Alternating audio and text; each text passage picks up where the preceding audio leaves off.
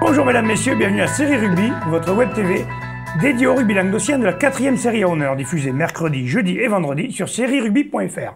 Avec mes serial chroniqueurs, bonjour Stéphane. Salut Alain. Bonjour Fabien. Salut Alain. Bonjour Dimitri. Salut. Et bonjour Bruno. Salut. Ah, vous avez la pêche, hein, ça se voit, hein, le week-end a été bon. Hein.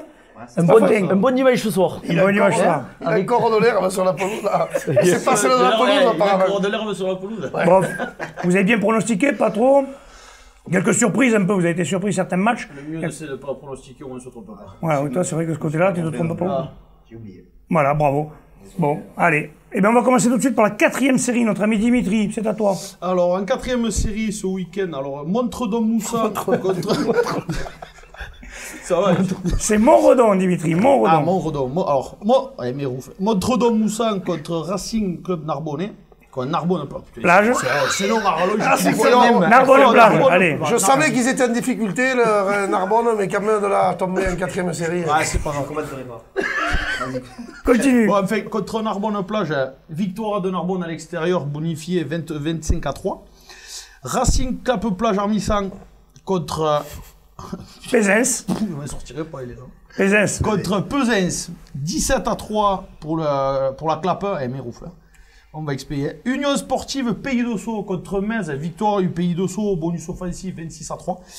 Et ensuite, Van Dargue contre Rio Minervois, 27-29, ils ont perdu à la maison.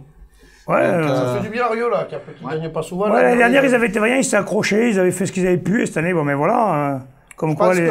Il y a une équipe, la seule qui risque d'accrocher un petit peu Narbonne-Plage, ça va être Pays d'Ossau. Oui. C'est les deux seules équipes là, qui ont gagné lors de matchs avec bonus offensif. On a pris Rieux en amical, c'est pas mal.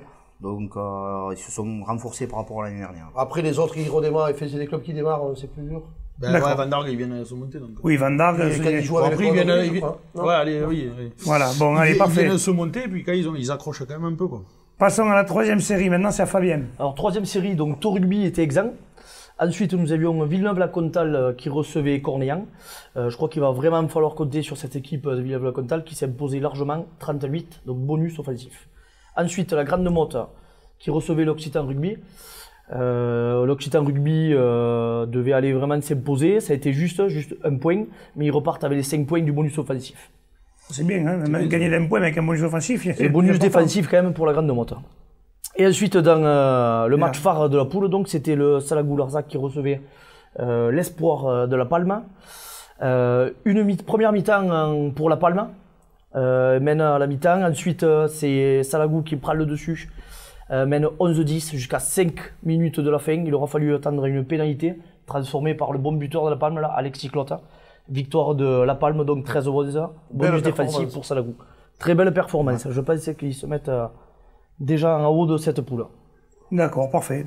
Bon, et maintenant notre ami Bruno, la 2e série. Allez, en 2e série, le bassin sud minervois recevait Bram et c'est à nouveau incliné à domicile, 20-28. Parce que ça va être dur cette année pour le bassin. C'est dur, c'est jeune, c'est vaillant. Maintenant, Bram était beaucoup plus solide et expérimenté devant.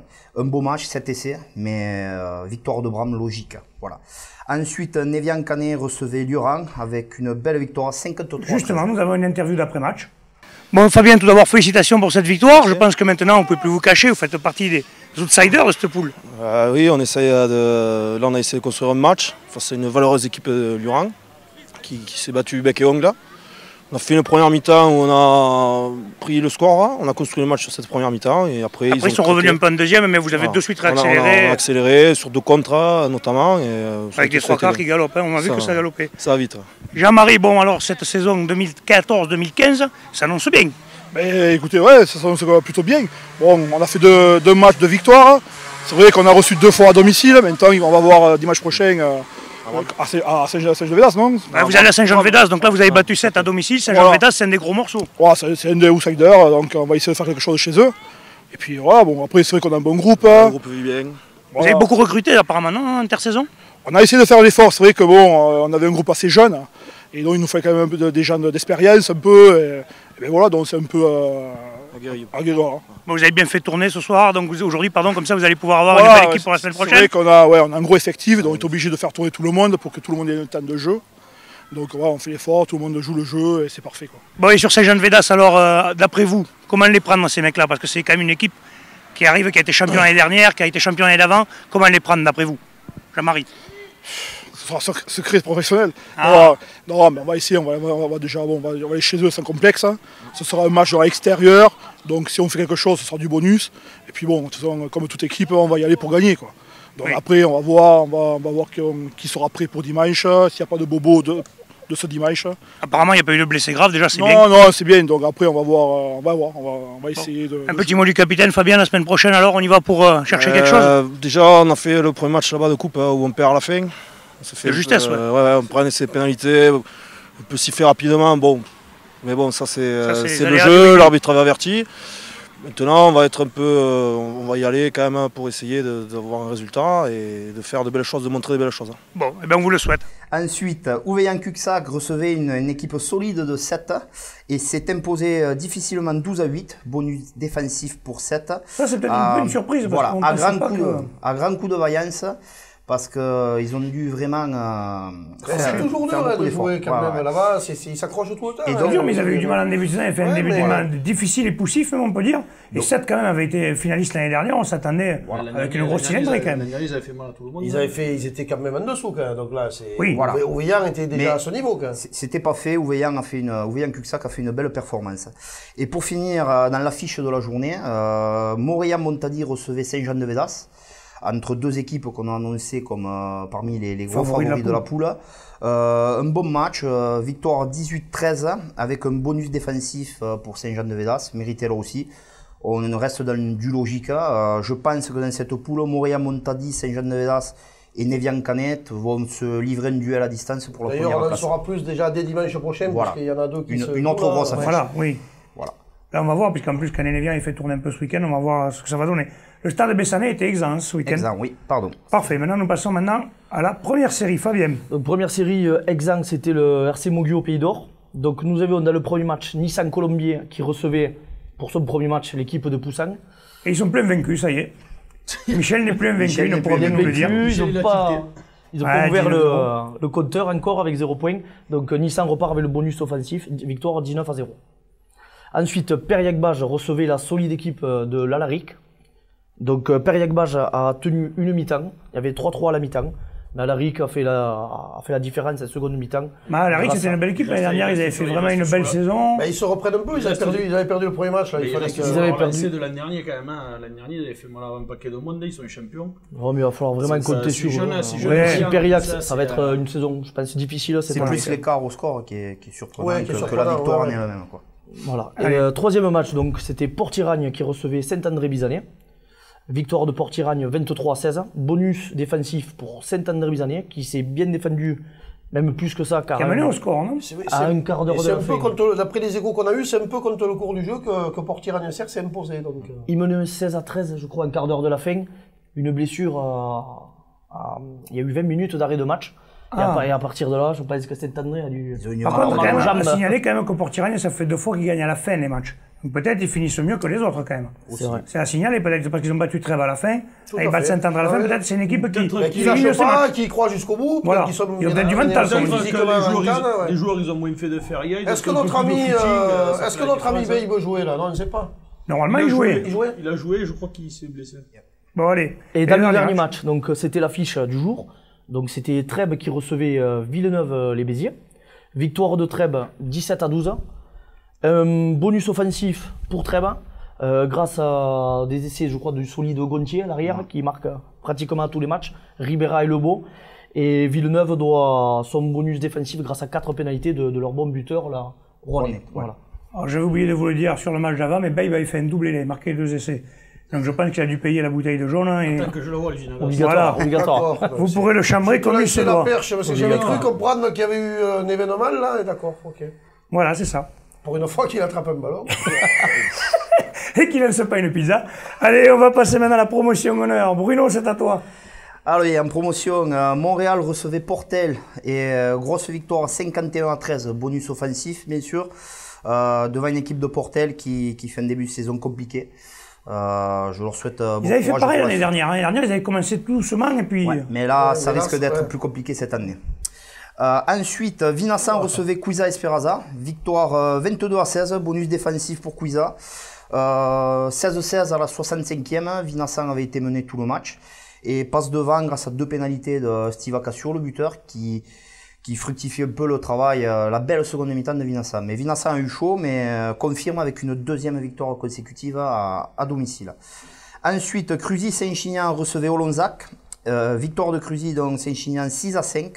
Bonus défensif pour Olonzac, qui ne les consolera pas, puisque on peut dire qu'avec un 0/8 malheureusement de leur buteur sur ce match, gros déficit au pied, quoi. Gros déficit au pied. Les croissants qui étaient de sortie. On passe à côté d'une victoire, et c'est pas faire injure à Cruzy Saint-Chinian, puisqu'on a passé une bonne partie de la 3e mi-temps avec eux. D'ailleurs, on a été très bien reçus, c'est à noter. Même eux étaient heureux d'avoir gagné ce match, parce qu'ils s'en sortent d'une belle. Et pour finir dans la fiche de la journée, Villeneuve-les-Maguelones recevait l'entente Muriel-Tézan. Donc courte victoire 18-15, bonus défensif pour Muriel-Tézan. Donc demi-temps, vraiment distincte, 15-0 à la mi-temps pour les Maguelones, qui avec 2 essais. Muriel-Tézan revient en seconde mi-temps jusqu'à 15 partout. Et ensuite, à la fin, à la toute fin du match, Villeneuve-les-Maguelones assure la victoire à domicile 18-15. Voilà, un match serré comme on l'avait pronostiqué. On peut signaler qu'il y a eu 4 victoires à domicile. Ouais. Bon début là, de Villeneuve-les-Maguelones, on se souvient de l'an dernier, parce qu'on sentait qu'il y avait un potentiel, ils ont raté leur début de saison, après ils ont couru après les points, ils sont là, ils commencent bien. Là, ils partent bien, 2 victoires, 2 matchs de victoire. C'est un peu plus solide cette année, en plus. Donc, ça devait être un match à voir, parce qu'il y a 2 gros packs qui jouaient. Ouais, ça a dû être pas mal. À signaler que Toch était exempt, messieurs.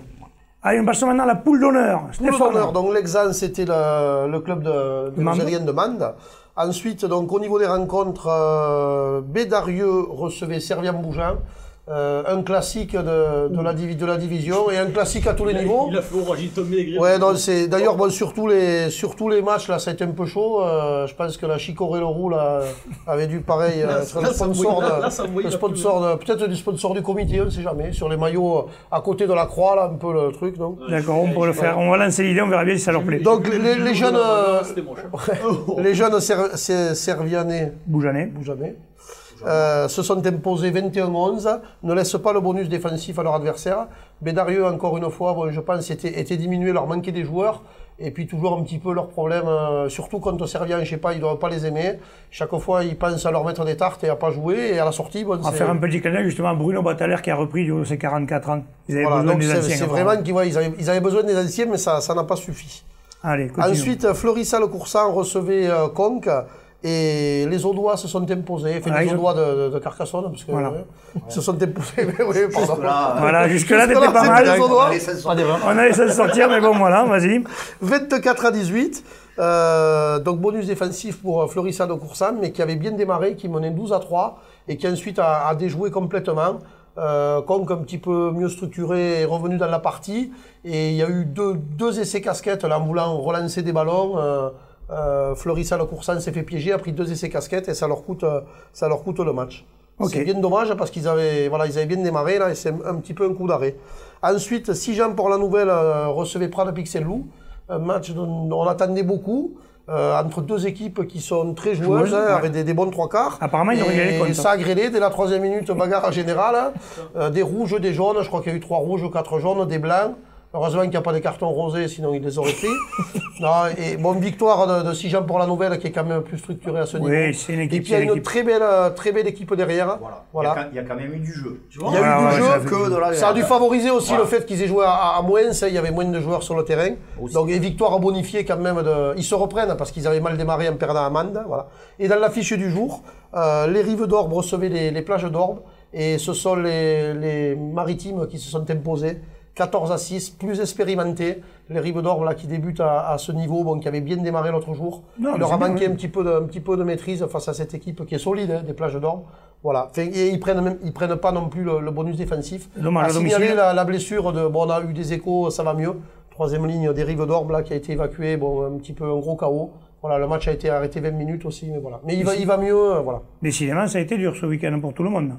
Bon, messieurs, demain. Juste un petit mot, puisqu'on a appris juste avant que le tirage de la coupe. Ah, intéressant. Puisque Olonzac jouera contre Plage d'Orbe, puisqu'on vient d'en parler, et Servien-Bougeant rencontrera Cuisa Esperanza. Oh, c'est en terrain neutre, donc ça a été tiré hier, donc voilà. Parfait. Messieurs, On se retrouve demain. Demain, nous recevrons un invité, comme tous les jeudis, ou les jeudis, nous avons des questions, donc ça change un peu. Pensez à poser vos questions d'ailleurs sur le site de Série Rugby ou sur la page Facebook. Demain, nous recevrons Johnny Howard, qui a été demi-mêlée de Bayonne, de Northampton. Il me semble qu'il a eu des caps internationales, de Béziers et maintenant des plages d'Orbe. Messieurs, je vous remercie. Transpirez bien sur tous les terrains. Allez, au revoir. Ciao.